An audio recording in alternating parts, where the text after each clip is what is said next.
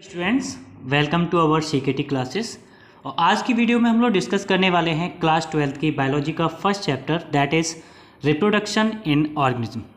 तो बेटा, reproduction in organism के बारे में डिस्कस करने से पहले हम लोगों को पता होना चाहिए कि न्यू सेशन स्टार्ट होने वाला है, तो हमें किस तरीके से प्रिपरेशन करनी है, किस तरीके से हम लोगों को क्या करना है, बायो पढ़नी है, किस तरीके से नोट्स बनाने हैं। तो हम लोग क्या करने हैं कि इस वीडियो के बाद में आपको क्या करेंगे, नोट्स प्रोवाइड कराएंगे।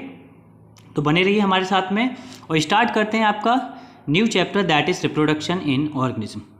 अगर बेटा हम लोग बात करते हैं रिप्रोडक्शन वर्ड के बारे में कि रिप्रोडक्शन क्या होता है, कि रिप्रोडक्शन का सिंपल सा मीन्स होता है कि ऐसी बायोलॉजिकल प्रोसेस जिसके थ्रू लिविंग ऑर्गेनिज्म क्या करते हैं, अपने जैसे, कैसे बेटा, अपने जैसे ऑर्गेनिज्म को क्या करते हैं बेटा, जन्म देते हैं, उनको बोला, उस प्रोसेस को बोला जाता है क्या, रिप्रोडक्शन। तो इसमें लिखा भी है, it is the process by which all the living organism give rise to new organism by similar to themselves. मतलब ऐसा प्रोसेस जिसमें क्या करते हैं कि कोई भी ऑफ स्प्रिंग अपने जैसे सेम ऑफ स्प्रिंग को क्या करता है बेटा, जन्म देता है, तो उसको बोला जाता है रिप्रोडक्शन।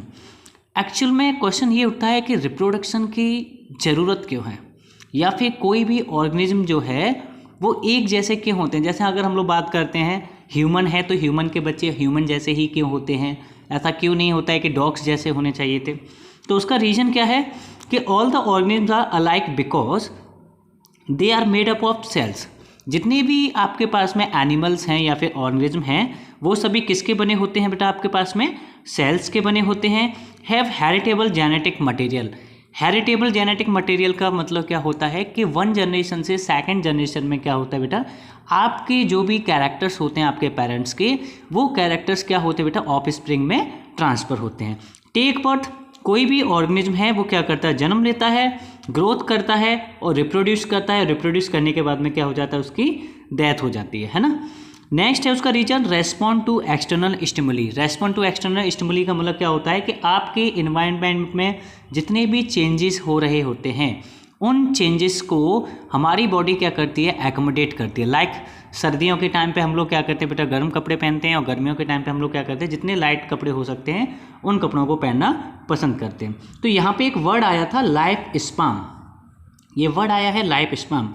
लाइफ स्पान का मतलब क्या होता है, लाइफ स्पान का सिंपल सा मीन्स होता है कि कोई भी ऑर्गेनिज्म जिस दिन से पैदा हुआ और जिस दिन जाके उसकी क्या होगी, डेथ होगी, उस टाइम पीरियड को बोला जाता है क्या, लाइफ स्पान। तो the period from birth to the death, जन्म से लेके डेथ तक का जो टाइम पीरियड होता है उसको बोला जाता है कि आपके पास में लाइफ स्पान। ठीक है। अब ऐसा नहीं है कि हर एक इंडिविजुअल का लाइफ स्पान जो है क्या कहते हैं, सेम होना चाहिए। लाइक ह्यूमन बीइंग का जो लाइफ स्पान है वो आपके पास में देखिए, मैन का जो लाइफ स्पान है वो कितना है आपके पास में, 65 ईयर्स है। मे फ्लाई का कितना है, 1 डे होता है। एलिफेंट का भी 65 ईयर्स होता है। पैरट का कितना होता है, 140 ईयर्स होता है। आपके पास में जितने टॉर्टोस होते हैं उनका कितना होता है, 200 ईयर होता है। कैट का होता है 35 टू लेके 40 ईयर्स। डॉग्स का जो लाइफ स्पान होता है, मतलब जो ऑन एन एवरेज वो क्या करते हैं, जीते हैं, वो उनकी जो लाइफ स्पैन का टाइम है वो है 20 टू 30 ईयर्स। इस तरीके से मंकीज़ का जो होता है बेटा वो होता है 26 ईयर। और जो आपके पास में बनियान ट्री होता है, मतलब बरगद का जो पेड़ होता है, उसका लाइफ स्पैन होता है 300 ईयर्स टू 500 ईयर्स। इसी के बाद में एक सिक्को नाम से जो आपके पास में स्पीसीज़ है, उस स्पीसीज़ का जो लाइफ टाइम पीरियड है बेटा वो है 3000 ईयर्स टू 4000 ईयर। अब क्वेश्चन ये उठता है कि आपके पास में रिप्रोडक्शन क्या ज़रूरी है हर ऑर्गेनिज्म को रिप्रोड्यूस कंटिन्यू करना। ऐसा हो सकता है कि कोई भी ऑर्गेनिज्म रिप्रोड्यूस ना करे, तो बेटा क्वेश्चन का आंसर ये होता है कि हर एक ऑर्गेनिज्म को रिप्रोडक्शन करना बहुत ज़्यादा ज़रूरी है। क्यों ज़रूरी है कि रिप्रोडक्शन नेसेसरी है किसके लिए, कंटिन्यूटी ऑफ स्पीसीज। अगर मान लो ह्यूमन मैन ने क्या क्या कहते हैं रिप्रोडक्शन करना बंद कर दिया, तो हमारे जो भी स्पीसीज हैं वो क्या हो जाएंगी, वहाँ से ख़त्म हो जाएगी। ठीक है। और जनरेशन टू जनरेशन क्या करने के लिए, नई जनरेशन के फॉर्मेशन के लिए भी हमें किसकी ज़रूरत होती है, रिप्रोडक्शन की ज़रूरत होती है। अगर हम लोग बात करें टाइप्स ऑफ रिप्रोडक्शन, तो रिप्रोडक्शन जो होता है मेनली 2 टाइप्स का होता है। एक होता है asexual reproduction and the second one is sexual reproduction. पहले हम लोग बात करते हैं असेक्सुअल रिप्रोडक्शन की। असेक्सुअल रिप्रोडक्शन क्या होता है, एक बायोलॉजिकल प्रोसेस होती है जिसमें एक नया ऑर्गेनिज्म पैदा होता है किसकी वजह से? Without the formation and fusion of gametes.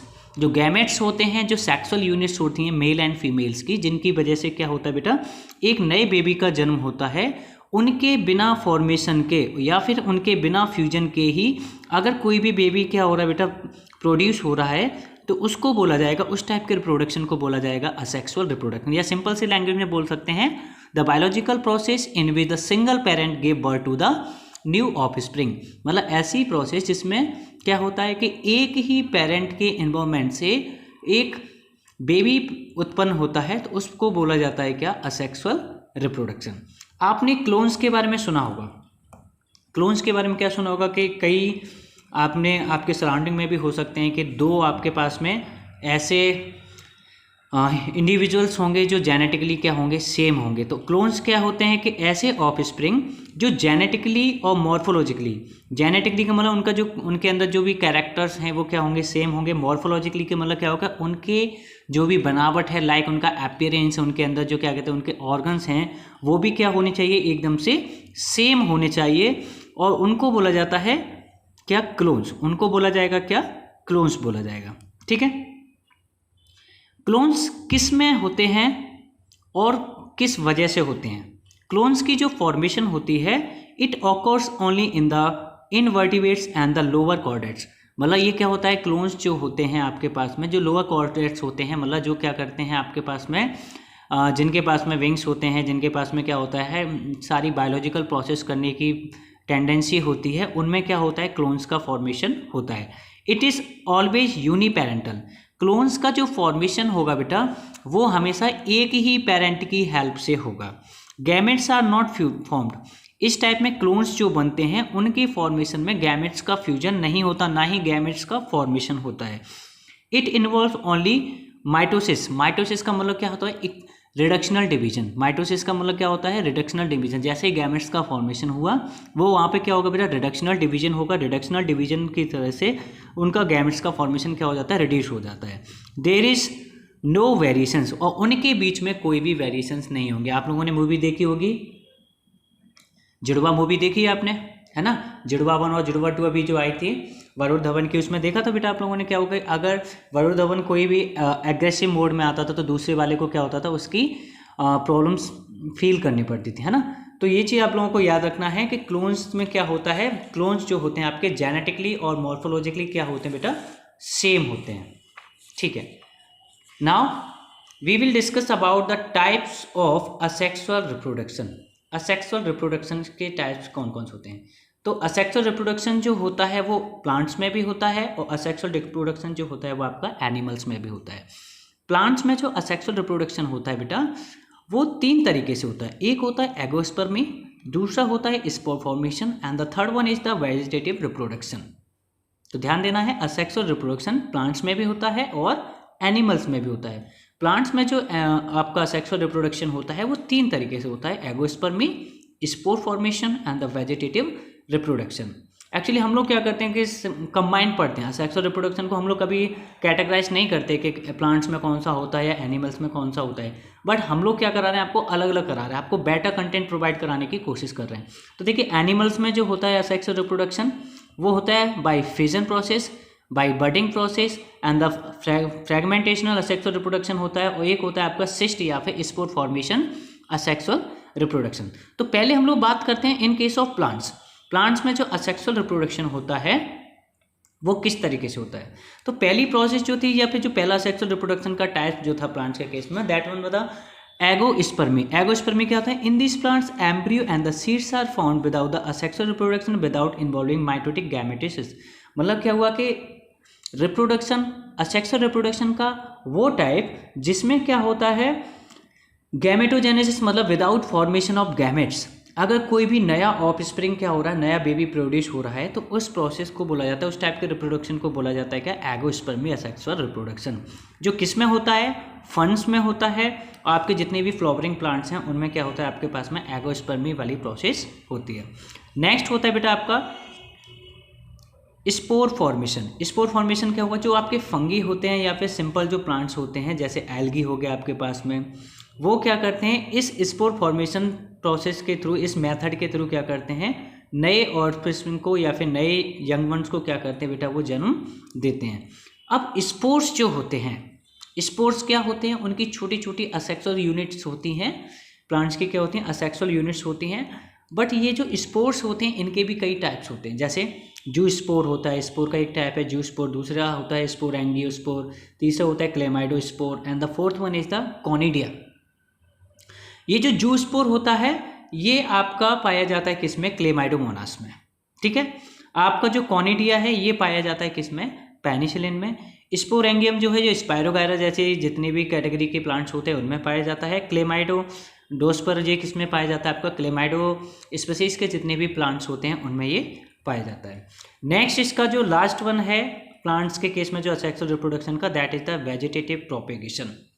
Vegetative propagation का मीन्स क्या होता है, रीजनरेशन और formation of new organism from any vegetative part of the body is called the vegetative propagation. मतलब किसी भी प्लांट के बॉडी का कोई सा भी पार्ट अगर क्या कर रहा है, न्यू ऑफस्प्रिंग को जन्म दे रहा है, तो उस टाइप के रिप्रोडक्शन को बोला जाएगा वेजिटेटिव प्रोपेगेशन, उसको बोला जाएगा वेजिटेटिव प्रोपेगेशन। आपको ये जान के खुशी होगी बेटा कि प्लांट्स के केस में जो सबसे बेनिफिशियल एंड द सबसे जो आपके पास में इम्पोर्टेंट असेक्सुअल रिप्रोडक्शन का जो टाइप है वो है आपके पास में वेजिटेटिव प्रोपेगेशन। इसके कुछ इंपॉर्टेंस हैं। इंपॉर्टेंस क्या है कि कुछ ऐसे प्लांट्स भी हैं जिनमें सीड्स नहीं होते, जैसे आपके पास में बनाना हो गया, रोज़ हो गया, ग्रेप्स हो गया। और जब सीड्स नहीं है तो विदाउट सीड्स तो हम लोग किसी भी प्लांट को ग्रोथ नहीं करा सकते। तो इस मेथड के थ्रू क्या किया जाता है, जो बनाना है, रोज़ है या ग्रेप्स है, उनको भी क्या किया जाता है, नए बनानास बनाने का काम किया जाता है।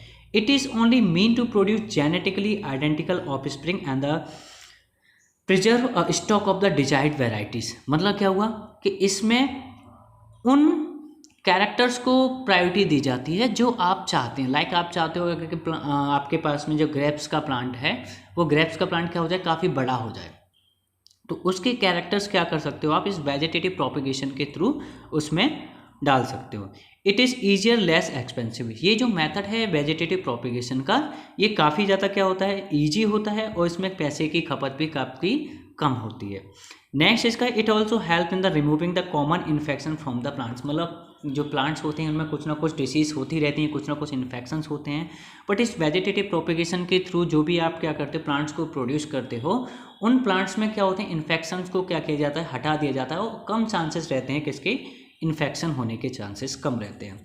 अब टाइप्स ऑफ वेजिटेटिव प्रोपेगेशन की अगर बात की जाए तो वेजिटेटिव प्रोपेगेशन दो तरीके से किया जा सकता है। एक तो नेचुरली मेथड से किया जा सकता है and the second one is the artificial vegetative propagation. अगर हम लोग, ये तो हुआ आपका असेक्सुअल रिप्रोडक्शन किसके केस में, इन केस ऑफ प्लांट्स। तीन थे, agamospermy, spore formation and the vegetative reproduction. अब हम लोग डिस्कस करेंगे किस केस में बेटा, एनिमल्स के केस में। एनिमल्स के केस में क्या क्या था, फिजन है आपके पास में, बडिंग है, फ्रेगमेंटेशन है, and the fourth one is cyst, या फिर इसको बोलते हैं हम लोग क्या, स्पोर्स। तो देखिए, इसको डिस्कस करने से पहले हम लोग डिस्कस कर लेते हैं किसके बारे में, नेचुरल वेजिटेटिव प्रोपेगेशन। हमारे ये मिस हो रहा था बेटा नेचुरल प्रोपेगेशन, क्योंकि हम लोगों ने पढ़ा था कि वेजिटेटिव प्रोपेगेशन जो है बेटा वो दो तरीके से हो सकता है, by naturally and by artificial method. तो पहला जो है बेटा वो है आपके पास में नेचुरल वेजिटेटिव प्रोपेगेशन। इसमें क्या होता है, in this method a portion of plants gets detected from the body of the mother plants. इसमें क्या होता है कि किसी भी मदर प्लांट में से उसके बॉडी को क्या किया जाता है, डिटेक्ट किया जाता है, और डिटेक्ट करने के बाद में दूसरे प्लांट उसको क्या कर दिया जाता है, ग्रोथ कराई जाती है, और ग्रोथ कराने के बाद में वो क्या होता है, एक नए प्लांट में क्या हो जाता है, डेवलप हो जाता है।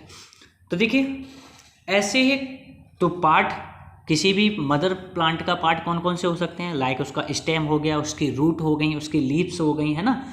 तो उनके थ्रू कौन कौन से हो सकते हैं, हम लोग पहले उनकी बात करते हैं। तो देखिए, vegetative propagation by stems. Stems की हेल्प से ऐसा कौन कौन से प्लांट्स हैं जिनमें क्या किया जा सकता है बेटा, वेजिटेटिव प्रोपेगेशन किया जा सकता है। जैसे क्राइगोसेंथियम जो है आपके पास में, इसमें जो पार्ट लिया जाता है, स्टेम जो है, स्टेम को बोला जाता है क्या, सकर। क्या बोला जाएगा उसको बेटा? यहाँ से क्वेश्चन बनता है कि नेचुरल वेजिटेटिव प्रोपेगेशन में स्टेम की हेल्प से जब भी क्या किया जाता है, नए प्लांट को जब भी जन्म दिया जाता है तो कौन से प्लांट में कौन से क्या नाम है आपका पार्ट को यूज़ किया जाता है? तो जिंजर और बनाना में किसको यूज़ किया जाए बेटा? राइजोम्स को। किसको यूज़ किया जाएगा? राइजोम्स को। ऑनियन के केस में किसको यूज़ किया जाता है? उसके बल्ब्स, जो उसका जो नॉच लाइक स्ट्रक्चर होता है उसको बोला जाता है क्या? बल्ब्स। पोटैटो में जो वेजिटेटिव रिप्रोडक्शन के लिए जो पार्ट काम करता है उसको बोला जाता है क्या? ट्यूबर्स। इसी तरीके से आपके पास में ऑक्जेलिस जो होता है ना, साइनोडन जो होता है, उसमें जो आपका वेजिटेटिव पार्ट यूज़ किया जाता है उसको बोला जाता है क्या? रनर। और पिस्टिया में जो उसका वेजिटेटिव पार्ट होता है उसको बोला जाता है क्या? ऑफसेट। अब कुछ ऐसे प्लांट्स भी हैं जिनमें रूट की हेल्प से क्या किया जाता है? नेचुरल वेजिटेटिव प्रोपेगेशन किया जाता है। तो देखिए रूट की हेल्प से सीसम जो होता है, सीसम में जो वेजिटेटिव पार्ट यूज़ किया जाता है उसको बोला जाता है क्या? ट्यूबरस। उसको बोला जाएगा क्या? ट्यूबरस। और ट्यूबरस जो है बेटा वो स्वीट पोटैटो, डहलिया, इनको देखो, स्वीट पोटैटो और सीसम में ट्यूबरस का यूज हो गया, ठीक है। इसमें किसका यूज हुआ? ट्यूबरस का। और जो डहलिया होता है आपके पास में उसमें यूज किया जाता है किसका? बर्ड्स का। तो डहलिया के केस में आपसे पूछा जाए कि वेजिटेटिव पार्ट कौन सा है तो आप क्या लिखोगे बेटा उसमें? बर्ड्स। आपसे पूछा जाए कि स्वीट पोटैटो या फिर सीसम में जो वेजिटेटिव पार्ट होता है वो कौन सा होता है आपके पास में? ट्यूबरस होता है, ठीक है। बाय लीव्स, लीव्स में कौन सा होता है बेटा? तो आपको पता ही होगा, क्लास 10th में आपने पढ़ा होगा ब्रायोफ्लम के बारे में। तो वेजिटेटिव प्रोपेगेशन का जो सबसे कॉमन एग्जांपल है दैट इज द ब्रायोफ्लम।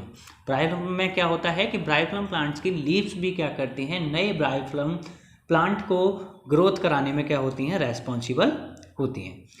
तो ये तो रहा हमारा कौन सा बेटा? Natural vegetative reproduction.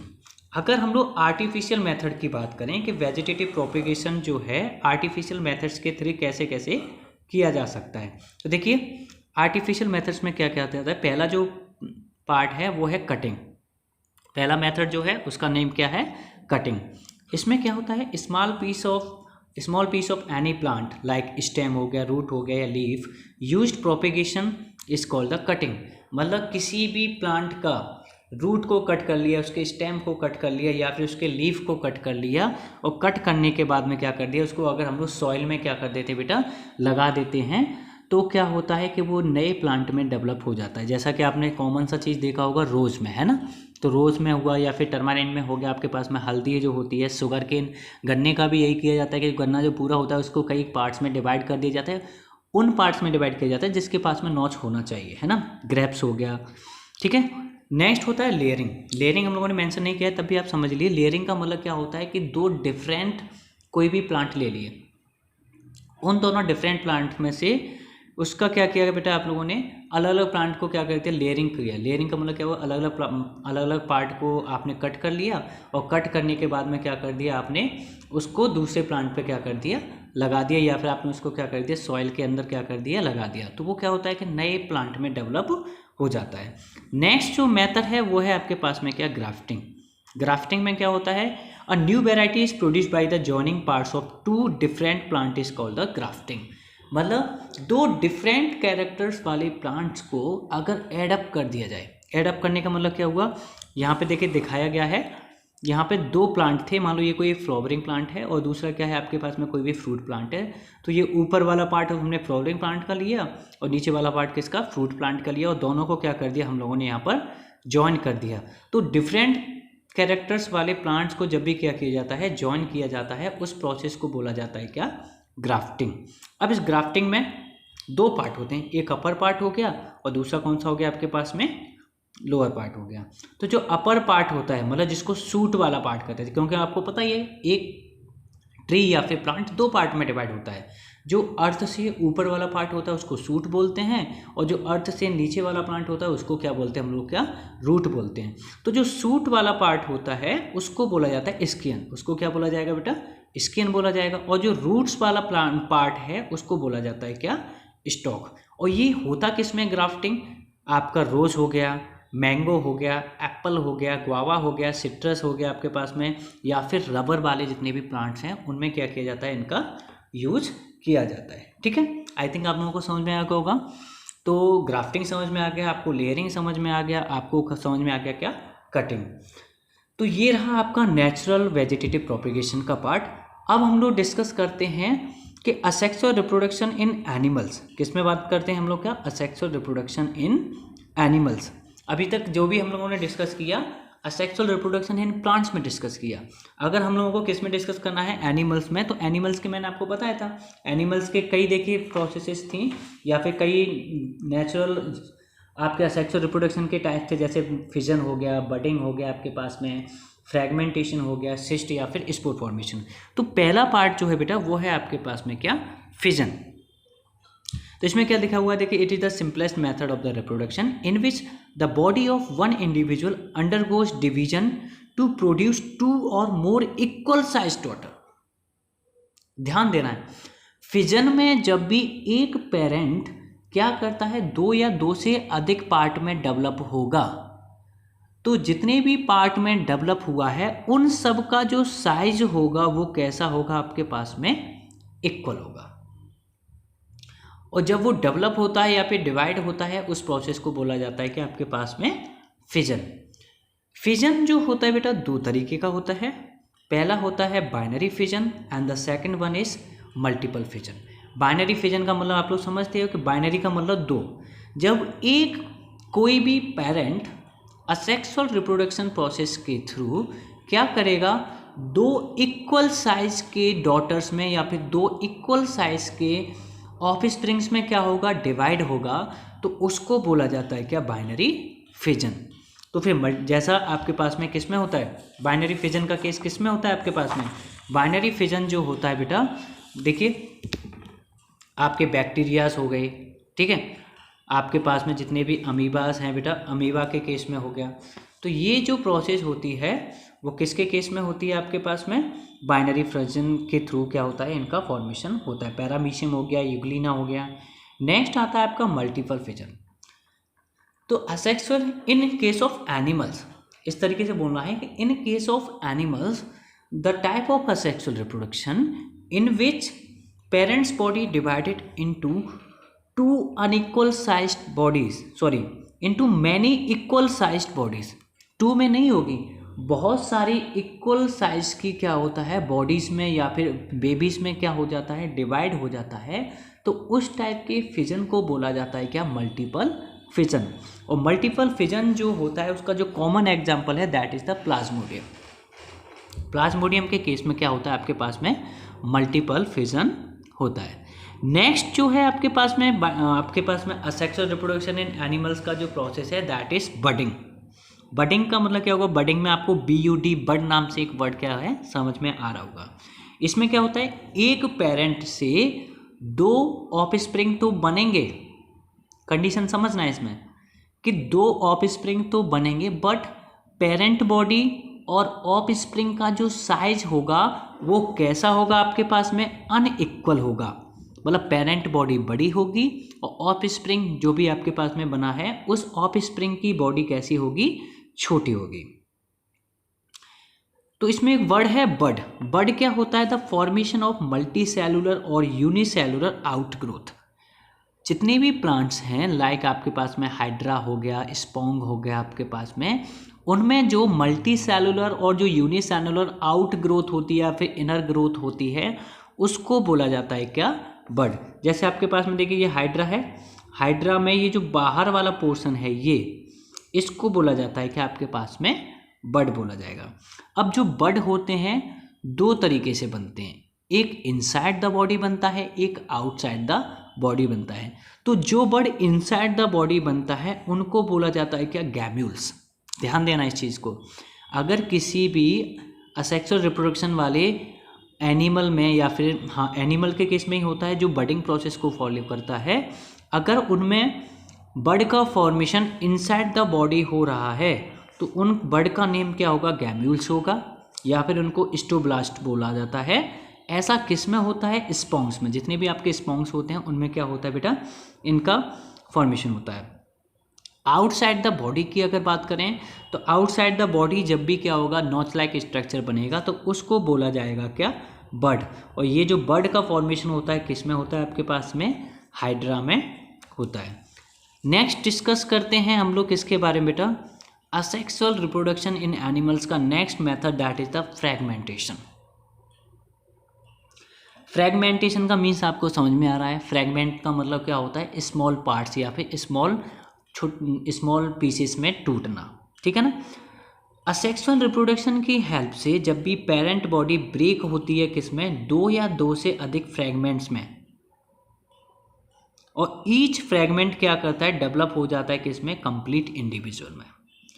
तो ये क्या है, असेक्सुअल रिप्रोडक्शन का वो टाइप है जिसमें क्या होता है कि पेरेंट बॉडी 2 या 2 से अधिक छोटे छोटे पीसेस में लाइक फ्रैगमेंट्स में क्या हो जाएगी, डिवाइड हो जाएगी। और डिवाइड होने के बाद में हर एक फ्रैगमेंट क्या करता है बेटा, आपका डेवलप हो जाता है किसमें, नए इंडिविजुअल में। और फ्रैगमेंटेशन प्रोसेस जो होती है वो किस में होती है, आपका स्पायरोगायरा हो गया, आपका फ्लैट वॉर्म हो गया, है ना। इनमें क्या होता है, फ्रैगमेंटेशन प्रोसेस होती है, ठीक है। नेक्स्ट हम लोग बात करते हैं जो fourth and the last method है किसका, असेक्सुअल रिप्रोडक्शन इन एनिमल्स का, वो है सिस्ट या फिर स्पोर बोलते हैं जिसको। Cyst and the spores are the minute propagules which function as the propagation sporulation as well as the penetrating the structure. मतलब क्या हुआ कि ये वो छोटा स्ट्रक्चर है बेटा जो क्या करता है, प्रोपेग्यूल्स मतलब किसी नए इंडिविजुअल को जन्म देने के लिए क्या होता है, रेस्पॉन्सिबल होता है। उसको बोला जाता है क्या, स्पोर या फिर सिस्ट। ऐसा किस में होता है, ऐसा होता है आपके जितने भी प्रोटोजोआस हैं या फिर जितने भी बैक्टीरियाज हैं उनमें पाया जाता है आपका spore asexual mode of asexual reproduction या फिर cyst mode of asexual reproduction. तो यहाँ तक हम लोगों ने डिस्कस किया है बेटा किसके बारे में, आपका असेक्सुअल रिप्रोडक्शन के बारे में, ठीक है। अब नेक्स्ट जो हम लोग डिस्कस करने वाले हैं वो हम लोग डिस्कस करने वाले हैं रिप्रोडक्शन का next method that is the sexual reproduction in organism. तो सेक्सुअल रिप्रोडक्शन क्या होता है आपके पास में, आपको पता है कि ये एक बायोलॉजिकल प्रोसेस होती है जिसमें मेल और फीमेल गैमेट्स के बारे में आप लोगों को मैं बता चुका हूँ। गैमेट्स क्या होते हैं आपके पास में, वो छोटी यूनिट होती है, सेक्सुअल यूनिट होती है जो क्या करती है, आपस में फ्यूज करके नए ऑफस्प्रिंग को क्या करती है बेटा, जन्म देती है।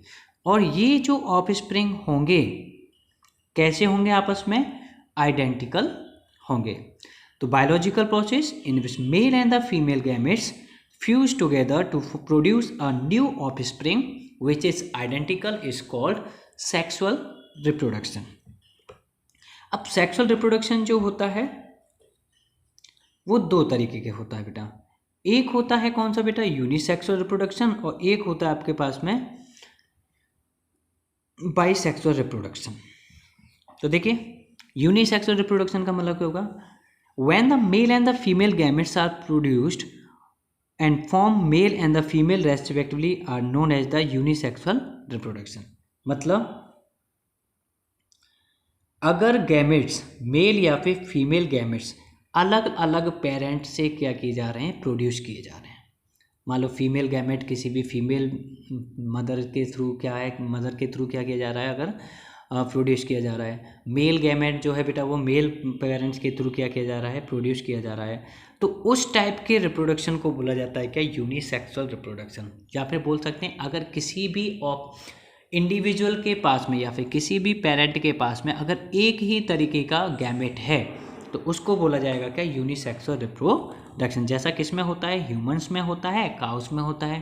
तो आपको पता ही है कि हमारे यहाँ पे हम लोगों के केस में क्या होता है, मैन के पास में मेल सेक्सुअल यूनिट होती है और फीमेल्स के केस में क्या होता है, आपके पास में फीमेल सेक्सुअल यूनिट होती है ना। नेक्स्ट जो मेथड है that is the bisexual reproduction. Bisexual reproduction का मतलब क्या हुआ कि सेक्सुअल रिप्रोडक्शन का वो टाइप जिसमें मेल और फीमेल गैमेट्स एक ही पेरेंट से क्या किए जाते हैं, प्रोड्यूस किए जाते हैं। एक ही पेरेंट क्या करेगा, फीमेल गैमेट प्रोड्यूस करेगा और वही पेरेंट क्या करेगा, मेल गैमेट भी क्या करेगा, प्रोड्यूस करेगा। तो उस टाइप के रिप्रोडक्शन को बोला जाता है क्या, बाइसेक्सुअल रिप्रोडक्शन। ऐसा किस में होता है, अर्थवॉर्म और टैपवॉर्म में इस तरीके का रिप्रोडक्शन पाया जाता है। ठीक है, तो हम लोगों ने डिस्कस किया सेक्सुअल रिप्रोडक्शन का वो पार्ट जिसमें हम लोगों ने कवर किया types of reproduction, asexual and sexual. अब सेक्सुअल रिप्रोडक्शन के भी हमने दो पार्ट डिस्कस किए कि एक होता है यूनिसेक्सुअल रिप्रोडक्शन और दूसरा होता है कैसा, बाइसेक्सुअल रिप्रोडक्शन। उससे पहले हम लोगों को डिस्कस करना है कि कोई भी ऑर्गेनिज्म जो होता है जन्म से लेके मृत्यु तक जितने भी उसके क्या होते हैं बेटा, फेजेस होते हैं, उन फेजेस के बारे में क्या करेंगे, डिस्कस करेंगे। तो कोई भी ऑर्गेनिज्म है, उस ऑर्गेनिज्म की लाइफ के 3 फेजेस होते हैं। पहला होता है juvenile phase, second one is reproductive phase and the last one is old phase. Juvenile phase का मतलब क्या होता है कि लाइफ का वो फेज जिसमें कोई भी ऑर्गेनिज्म क्या करता है, ग्रोथ करता है, और ग्रोथ करने के साथ साथ उसमें क्या आती है, मैच्योरिटी आती है। उस फेज को बोला जाता है कि आपके पास में जुवेनाइल फेज या फिर वेजिटेटिव फेज। जुवेनाइल फेज का एक और नाम है जिसको बोला जाता है क्या, वेजिटेटिव फेज। ठीक है। सेकंड जो लाइफ का फेज होता है उसको बोलते हैं हम लोग क्या, रिप्रोडक्टिव फेज। वर्ड से समझ में आ रहा होगा कि किसी भी इंडिविजुअल की लाइफ का वो टाइम पीरियड या फिर वो फेज जिसमें क्या करता है, कोई भी ऑर्गेनिज्म क्या करता है, रिप्रोडक्शन प्रोसेस को कैरिड आउट करता है। जिस प्रोसेस में क्या करता है, जिस फेज में रिप्रोडक्शन को फॉलो करता है, उस टाइम पीरियड को, उस फेज को बोला जाता है क्या, रिप्रोडक्टिव फेज। और लास्ट वन जो फेज है वो है बेटा आपके पास में क्या, ओल्ड फेज। ओल्ड फेज का मतलब क्या हुआ कि लाइफ का वो फेज जिसमें किसी भी इंडिविजुअल की जितनी भी मेटाबॉलिक एक्टिविटीज़ होती हैं वो क्या हो जाती हैं, इनएक्टिव हो जाती हैं या फिर क्या हो जाती हैं, डिक्रीज हो जाती हैं। लाइक ह्यूमंस की बात करें तो आफ्टर आपके रिप्रोडक्टिव फेज के बाद में क्या होता है, जैसे जैसे ओल्ड एज आती है तो मेल सेक्सुअल यूनिट और फीमेल सेक्सुअल यूनिट्स जो होती हैं उनका फॉर्मेशन क्या होता है, धीमे धीमे कम हो जाता है। जैसे फीमेल्स के केस में बात करें 45 ईयर टू 50 ईयर्स के बीच में क्या होता है, उनको मोनोपॉज हो जाता है। मेनोपॉज में क्या होता है कि उनमें ओवम का बनना बंद हो जाता है। बट मेल के केस में ऐसा नहीं होता। मेल के केस में क्या होता है, उनके लाइफ टाइम तक क्या होता है बेटा, आपका स्पर्म्स का फॉर्मेशन होता है। ठीक है। अब जब आपका बॉडी में रिप्रोडक्शन की बात आ रही है तो रिप्रोडक्शन होना स्टार्ट हुआ, तो रिप्रोडक्शन में जब male sexual unit female sexual unit के साथ में जो क्या होती है, कंबाइन होती है या फिर फ्यूज होती है, उस बायोलॉजिकल प्रोसेस को बोला जाता है क्या, फर्टिलाइजेशन। उसको क्या बोला जाएगा, फर्टिलाइजेशन। तो क्या हुआ इसका मतलब, the biological process in which male gamete fuse with the female gamete inside और आउटसाइड। इस चीज़ का ध्यान रखना है।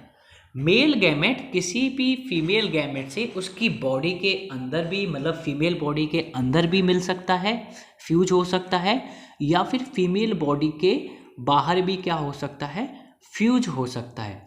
तो इस प्रोसेस को बोला जाता है क्या, फर्टिलाइजेशन। अब फर्टिलाइजेशन काफ़ी कॉम्प्लेक्स प्रोसेस होती है, बहुत सिंपल नहीं होती है। इसको करने में क्या काफ़ी टाइम लगता है ना, इस चीज़ को होने में काफ़ी टाइम होता है। तो फर्टिलाइजेशन जो होता है वो कुछ इवेंट्स में कवर होता है। जैसे 3 मेन इवेंट्स हैं। पहला इवेंट्स है प्री फर्टिलाइजेशन इवेंट, दूसरा है fertilisation and the last one is post fertilisation event. तो हम लोग फर्टिलाइजेशन के इवेंट्स को क्या करेंगे, अब कवर करते हैं। तो प्री फर्टिलाइजेशन इवेंट्स की बात करें, प्री का मतलब पहले। फर्टिलाइजेशन में आपको पता ही है, फर्टिलाइजेशन में क्या होता है कि mail sexual unit, male gamete क्या करता है, फीमेल गैमेट के साथ में फ्यूज होता है ना। तो बेटा फ्यूज कब होगा, जब मेल सेक्सुअल यूनिट और फीमेल सेक्सुअल यूनिट का फॉर्मेशन होगा। तो प्री फर्टिलाइजेशन इवेंट में मेल और फीमेल सेक्सुअल यूनिट्स का, जिसको हम लोग गैमेट्स बोलते हैं, फॉर्मेशन होता है। क्या होता है, उनका फॉर्मेशन होता है। उस प्रोसेस को बोला जाता है क्या, प्री फर्टिलाइजेशन इवेंट। मतलब the event before the fusion of gametes is known as pre fertilisation events, है ना।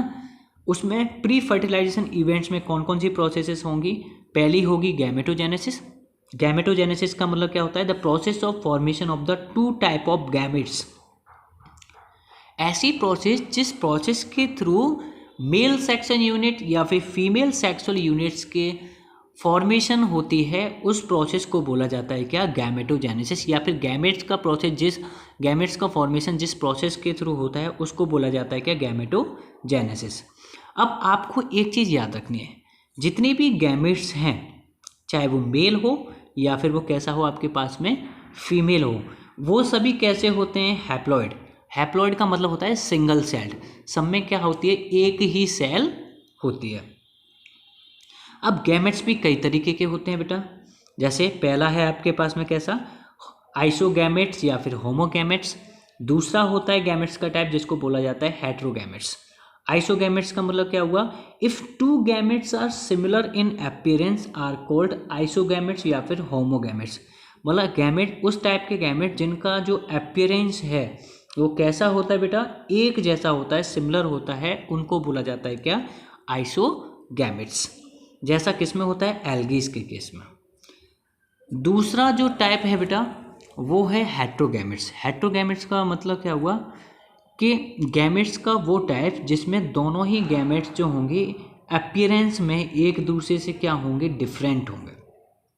जैसे स्पर्म जो होता है और जो ओवम होता है, दोनों का अपीयरेंस जो होता है बेटा कैसा होता है आपके पास में, अलग अलग होता है।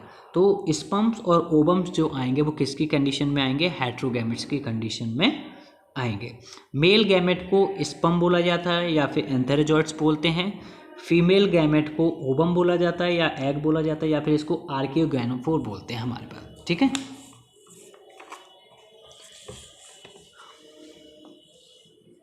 ठीक है, नेक्स्ट हम लोग डिस्कस करते हैं कि किसी भी इंडिविजुअल में कितने क्रोमोसोम्स पाए जाते हैं, डिप्लॉयड कंडीशन में कितने होंगे, डिप्लॉयड का मतलब पेयर में कितने होंगे, हैप्लॉयड कंडीशन में कितने होंगे। तो देखिए अगर हम लोग फर्न की बात करें तो फर्न में टोटल 1260 क्रोमोसोम्स पाए जाते हैं, वो भी किस में, डिप्लॉयड कंडीशन में, है ना। और हैप्लॉयड में कितना पाया जाएगा, 630। एप्पल में पाए जाते हैं 34, 17 हो गया, जस्ट हाफ करना है आपको। राइस में 24 तो 12 हो जाएगा, मेज में 20 तो उधर कितना हो जाएगा 10, पोटैटो में कितना होता है बेटा आपके पास में 48 तो इसका कितना हाफ हो गया, हैप्लॉयड कंडीशन में 24। ऑनियन में पाए जाते हैं 32 तो 32 का हाफ कितना हो जाएगा, 16 हो गया। अगर हम लोग अपने आप की बात करें, ह्यूमंस की बात करते हैं, तो ह्यूमंस में टोटल जो क्रोमोसोम्स पाए जाते हैं वो पाए जाते हैं 46, ठीक है। और 46 जो पाए जाते हैं तो हैप्लॉयड कंडीशन में कितना हो गया, 23 हो गया। और 23 में भी जो 21 क्रोमोसोम्स हैं उनको बोला जाता है क्या, ऑटोसोम्स।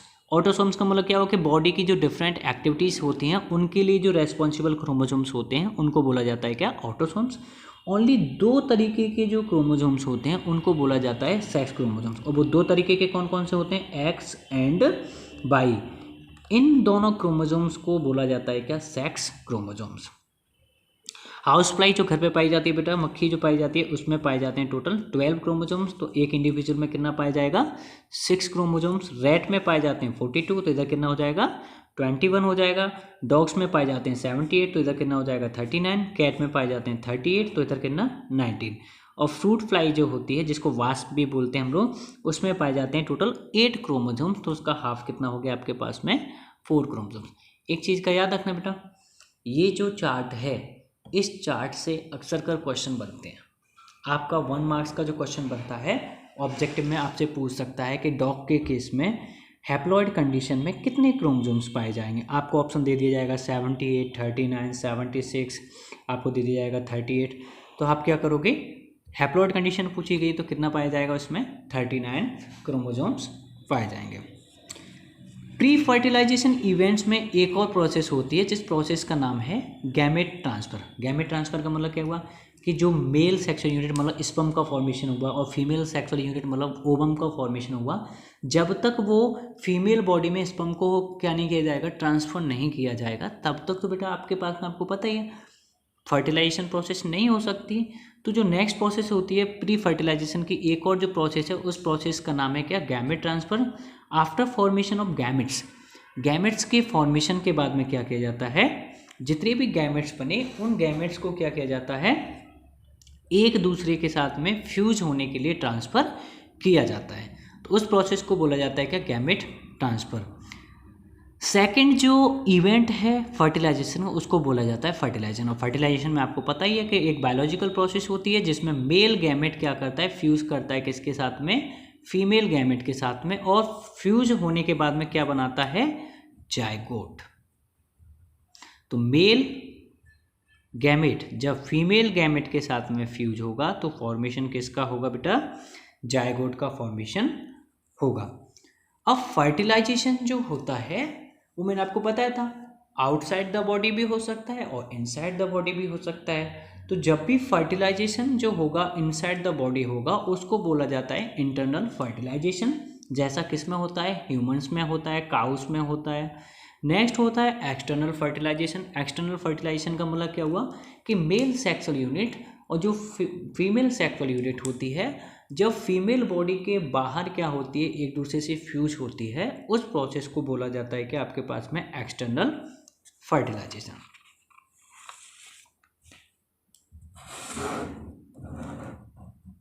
तो देखिए एक्सटर्नल फर्टिलाइजेशन में क्या है, the type of fertilisation in which male gamete fuse with the female gamete outside the female body is called external fertilisation. मैंने भी आपको ये बताया कि जब male sexual unit female sexual unit के साथ में क्या होगी, आउटसाइड द बॉडी क्या होगी, फ्यूज होगी, तो उसको बोला जाता है कि एक्सटर्नल फर्टिलाइजेशन। ऐसा किस में होता है, फ्रॉक्स के केस में होता है। फीमेल बॉडी क्या करती है बेटा, अपने एग्स को वाटर सरफेस पे क्या कर देती है, लेस कर देती है। उसके बाद में क्या होता है, मेल पार्टनर आता है और वो क्या करता है, अपने स्पर्म्स को रिलीज करता है। वो स्पर्म्स क्या होते हैं, फीमेल फ्रॉक के एग्स के साथ में क्या हो जाते हैं, कंबाइन हो जाते हैं, मतलब फ्यूज हो जाते हैं।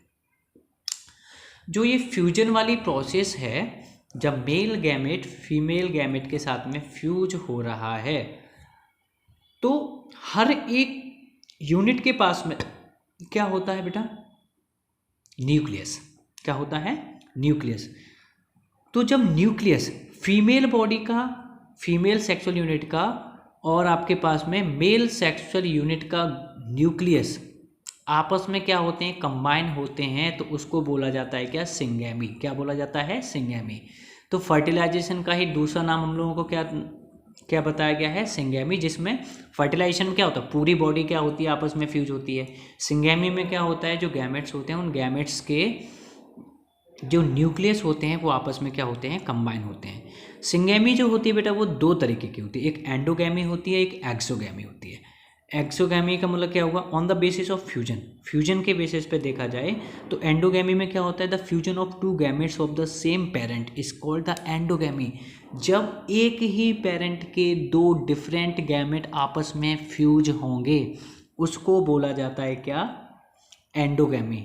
तो एक्सोगैमी क्या हो गया, जब दो डिफरेंट पेरेंट के, किसके, दो डिफरेंट पेरेंट्स के गैमेट्स आपस में क्या होंगे, फ्यूज होंगे, उस प्रोसेस को बोला जाएगा क्या, एक्सोगैमी। जैसे फ्रॉक के केस में और ह्यूमंस के केस में जब सेम के आपस में फ्यूज होते हैं तो उसको हम लोग सेल्फ फर्टिलाइजेशन भी बोलते हैं। जब दो डिफरेंट पेरेंट्स के आपके पास में गैमेट्स फ्यूज होते हैं तो उसको हम लोग क्रॉस फर्टिलाइजेशन बोलते हैं। सिंगैमी के वो तो बेसिस था किसके, फ्यूजन के टाइप पे। अगर हम लोग बात करते हैं on the appearance of gametes, gametes के अपीयरेंस के बेसिस पे सिंगैमी को फिर से दो टाइप में डिवाइड किया गया स्ट्रक्चर के बेस पे। पहला होता है आइसोगैमी और दूसरा होता है एनआइसोगैमी।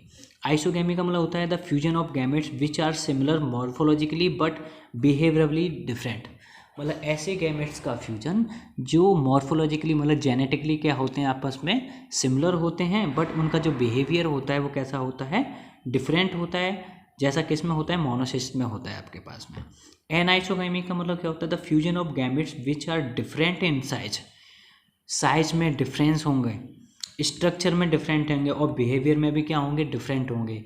तो ऐसे गैमेट्स का फ्यूजन जो साइज, बिहेवियर और स्ट्रक्चर में डिफरेंट होते हैं, उनका जो फ्यूजन होता है उसको बोला जाता है क्या, एनआइसोगैमी। जैसा किस में होता है, फ्रॉक्स एंड ह्यूमन। ह्यूमन में आपको पता है ओवम जो होता है वो आपका सर्कुलर शेप का, आपका स्फेरिकल शेप का होता है, और स्पर्म जो होता है आपका वो होता है लाइक अ स्नेक, इस टाइप का आपके बिसल्स का जो फॉर्मेशन होता है उस तरीके का होता है। तो आपके पास में फर्टिलाइजेशन का जो लास्ट फेज है या इवेंट है उसको बोला जाता है क्या, पोस्ट फर्टिलाइजेशन।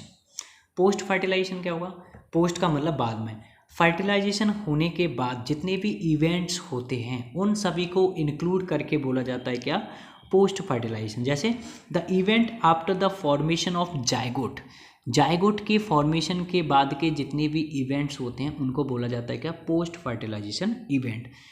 एक जायगोट का फॉर्मेशन होने के बाद में वो डेवलप होता है किस में, एम्ब्रियो में। जायगोट किस में डेवलप होगा, एम्ब्रियो में, और एम्ब्रियो डेवलप हो जाता है किस में बेटा, आपका एक बेबी में, ठीक है ना। तो जिस प्रोसेस के थ्रू जायगोट डेवलप होता है किस में, एम्ब्रियो में, उस प्रोसेस को बोला जाता है क्या, एम्ब्रियोजेनेसिस, ठीक है ना। तो हम लोग सिंपल से डिफाइन कर सकते हैं the biological process in which zygote develop into embryo is called embryogenesis. मैंने आपको बता दिया है एम्ब्रियो बनने के बाद में वो किस में डेवलप हो जाएगा बेटा, एक बेबी में डेवलप हो जाता है, ठीक है। तो ये हमने डिस्कस किया किसके बारे में, आपके फर्टिलाइजेशन के जो भी इवेंट्स थे उन इवेंट्स के बारे में हम लोगों ने क्या किया बेटा, डिस्कस किया, ठीक है। अब बात करते हैं हम कुछ ऐसे इंडिविजुअल्स या फिर ऐसे ऑर्गेनिजम्स के बारे में जो आपका जायगोट फॉर्मेशन होगा। जायगोट्स में कुछ ऐसे होंगे जो एग्स को क्या करते हैं, प्रोड्यूस करते हैं। आप लोग जानते हो जितने भी बर्ड्स होते हैं वो ज़्यादातर क्या करते हैं, अगर हम लोग छोड़ दें किसके बारे में, अगर बैट को छोड़ दिया जाए तो जितने भी आपके पास में बर्ड्स हैं या फिर जितने भी रेप्टाइल्स हैं वो सभी एग्स को लेस करते हैं। और कुछ ऐसे भी एनिमल्स हैं जो क्या करते हैं, बेबी को बर्थ देते हैं। तो जो एनिमल्स क्या करते हैं, एग्स को जन्म देते हैं, जो एग्स को ले करते हैं, उनको बोला जाता है ओविपेरस। जैसे बर्ड्स हो गया, रेप्टाइल्स हो गए। तो जो भी इंडिविजुअल या फिर जो भी ऑर्गेनिज्म क्या करेगा, एग्स को जन्म देता है, उसको बोला जाता है क्या, ओविपेरस। एग्जाम्पल हैं बर्ड्स एंड रेप्टाइल्स। विविपेरस क्या होते हैं, ऐसे इंडिविजुअल्स जो क्या करते हैं बेटा, जन्म देते हैं किसको, चाइल्ड को या फिर बेबी को, उनको बोला जाता है क्या, विविपेरस। जैसा किसमें होता है, काउस में होता है, ह्यूमंस में होता है ना, उनको बोला जाता है क्या, विविपेरस, ठीक है। अगर फ्लावरिंग प्लांट की बात किया जाए, फ्लावरिंग प्लांट में जो आपका ओव्यूल होता है वो डेवलप हो जाता है किसमें, सीड में। अच्छा ये चलो अभी थोड़ा सा बेसिक जान लेते हैं, मगर हम लोग इसके बारे में डीपली पढ़ेंगे। इसका जो नेक्स्ट चैप्टर आने वाला है that is sexual reproduction in flowering plant, उसमें हम लोग डिस्कस करेंगे। तब भी बता देते हैं ओवरी जो होती है वो डेवलप हो जाती है किसमें, फ्रूट्स में, है ना। ओवरी डेवलप हो जाती है किसमें, फ्रूट में। तो ठीक है, हम लोगों ने आज की वीडियो में डिस्कस किया रिप्रोडक्शन इन ऑर्गेनिज्म, ठीक है बेटा। आई थिंक आप लोगों को समझ में आ गया होगा। अगर इससे रिलेटेड आपके पास में कोई भी क्वेरीज हैं इस चैप्टर से रिलेटेड, या फिर जो भी आपको समझ में नहीं आया है, वो आप क्या करते हैं, मैंने यहाँ पे डिस्क्रिप्शन में अपना व्हाट्सएप नंबर और अपना कॉन्टैक्ट नंबर मैंने मेंशन कर दिया है। आप मुझे कॉल कर सकते हो या फिर मैसेज करके कोई भी जो क्वेरीज हैं उनको पूछ सकते हो, है ना। तो पढ़ते रहिए, बढ़ते रहिए, और साथ में क्या करना है, ये जो कंटेंट हमने आपको प्रोवाइड करा है, इस कंटेंट को ज़्यादा से ज़्यादा अपने फ्रेंड्स को क्या करिए, आप प्रोवाइड कराइए, उनको बताइए कि हम लोग इस चैनल से पढ़ रहे हैं। और सब्सक्राइब प्लीज़ जरूर करिए, जितने से ज़्यादा हो सके वीडियो को लाइक कीजिए, सब्सक्राइब कीजिए, और उनको क्या करना है बेटा, फॉरवर्ड करना है। तब तक के लिए ऑल दी बेस्ट। इस बार अच्छे से तैयारी करनी है, हमें क्या करना है, अपना रिजल्ट अच्छा लेके आना है।